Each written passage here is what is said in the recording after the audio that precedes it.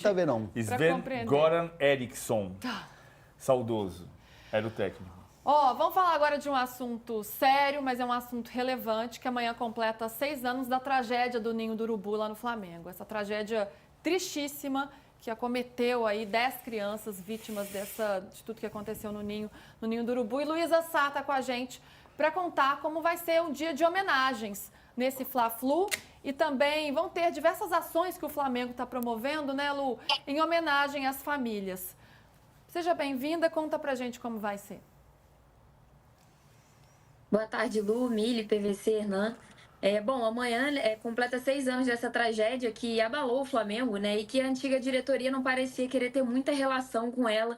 Mas a nova diretoria também não quer aparecer em cima disso, mas está ensaiando aí uma postura diferente com relação a isso. Então, amanhã o Flamengo vai promover um culto ecumênico no Ninho do Urubu. Tem uma capela, né? Um memorial em homenagem às vítimas do Ninho. Então, o Flamengo vai promover esse encontro ali, né? Esse evento ali é restrito a funcionários, diretoria e também as famílias que foram convidadas. Ainda a gente não tem certeza quais famílias vão estar presentes, mas elas foram convidadas para participar, né? Quem se lembra que em 2020, quando bateu um ano da tragédia, alguns familiares tentaram entrar no Ninho do Urubu e foram barrados na porta pela antiga gestão. Então, enfim, é uma aproximação que o Flamengo tenta fazer, lembrando que durante essa semana o Flamengo chegou a um acordo com a última família que faltava, a família do Christian Smério.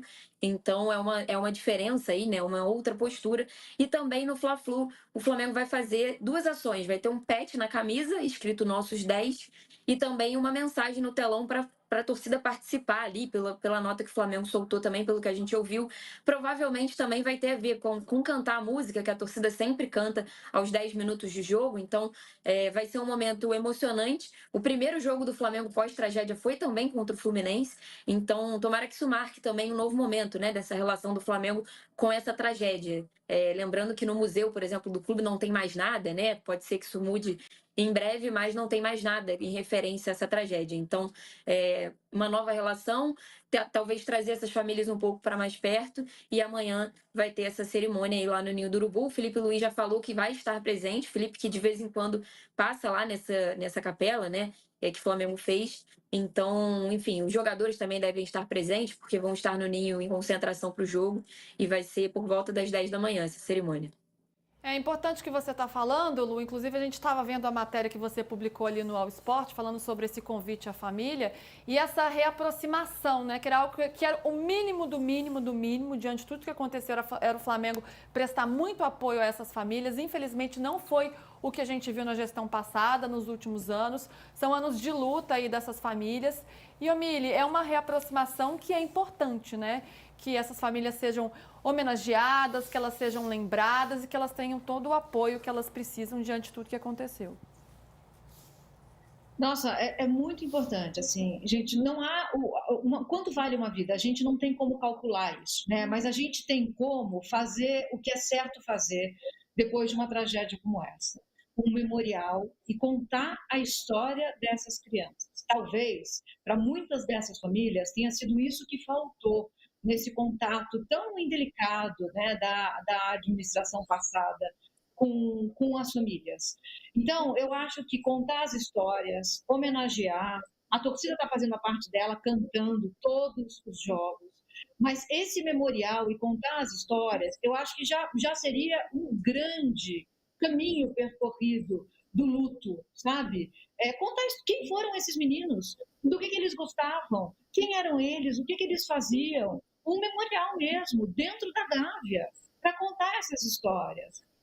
Acho que as histórias do Flamengo e do Fluminense, como todo mundo sabe, elas estão interligadas desde o nascimento, né? O futebol do Flamengo saiu da costela do Fluminense, então são times irmãos. É muito importante que o Fluminense também se envolva nisso, porque eram crianças que amavam o futebol acima de qualquer coisa. Então, a gente fica sempre achando assim, é por dinheiro, as famílias estão envolvidas por dinheiro. Não, as famílias estão envolvidas por afeto, por memória, por lembrança de quem foram os filhos delas, quem eram essas crianças. Vamos contar essas histórias. É muito importante que a diretoria, essa nova diretoria, tenha, sim, uma outra pegada, né? Uma outra aproximação com essa história tão triste. que tenha uma outra postura. Lu, obrigada, já vou me despedir de você. Deixa eu só falar uma coisa pra ela, que ela pode me cornetar, é bom porque ela pode me corrigir. Não, aconteceu hoje, primeiro eu queria dizer o seguinte, investigações desse tipo são sempre menos para você achar culpados, embora precise haver, do que para evitar futuros. É o caso do acidente de avião hoje em São Paulo, que você tem uma investigação e as investigações da aviação são sempre para evitar acidentes futuros, mais do que para dizer a culpa foi deste mecânico ou deste piloto. Então é preciso tratar do assunto por causa disso, para evitar crises futuras, tragédias futuras.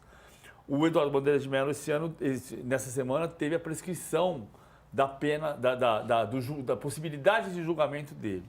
E o Eduardo Bandeira fez questão de dizer o seguinte, ele era contra a prescrição. Ele entende que houve uma manobra até no judiciário para fazer a prescrição, porque ele seria absolvido. Esse é o ponto de vista dele, eu não sou advogado. Mas acho importante dizer, porque houve, e a Luísa sabe que eu penso assim, em 2019, eu morava no Rio de Janeiro, houve um tornado 2 dias antes, caiu um poste do lado do Rio de Janeiro e teve um quase incêndio 2 dias antes. E os meninos já tinham mudado de alojamento e voltaram para o alojamento anterior.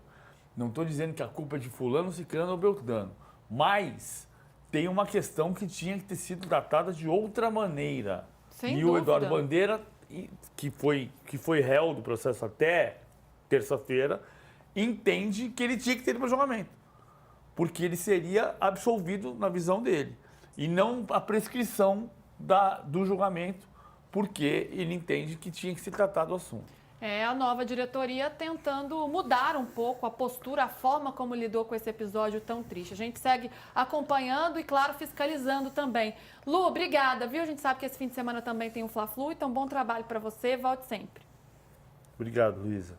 Obrigada, gente. O Fluminense participou, a Mili citou, o Fluminense participou aí desse ok para ação, porque é o mandante do jogo, então deu ok, enfim, é isso. De La Cruz tá fora do Fla-Flu e Varela é dúvida ainda. Obrigada, gente. Aí, ó, já arrematou dando as informações, a gente vai pro último break e aí a gente vai voltar com um minutinho aqui.